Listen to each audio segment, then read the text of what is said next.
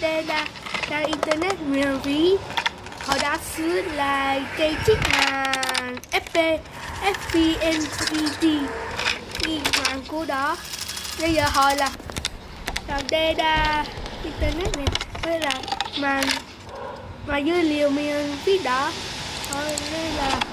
Đây là họ dùng, nên là họ là cái người chạy video 11 cú đi vào rồi bỏ vào hệ thống không cách đi vào bình thường rồi nữa gửi một con màu gì đó, sau đó thích nữa, sau đó bỏ lại như cũ, làm cứ vậy thôi. Nhưng mà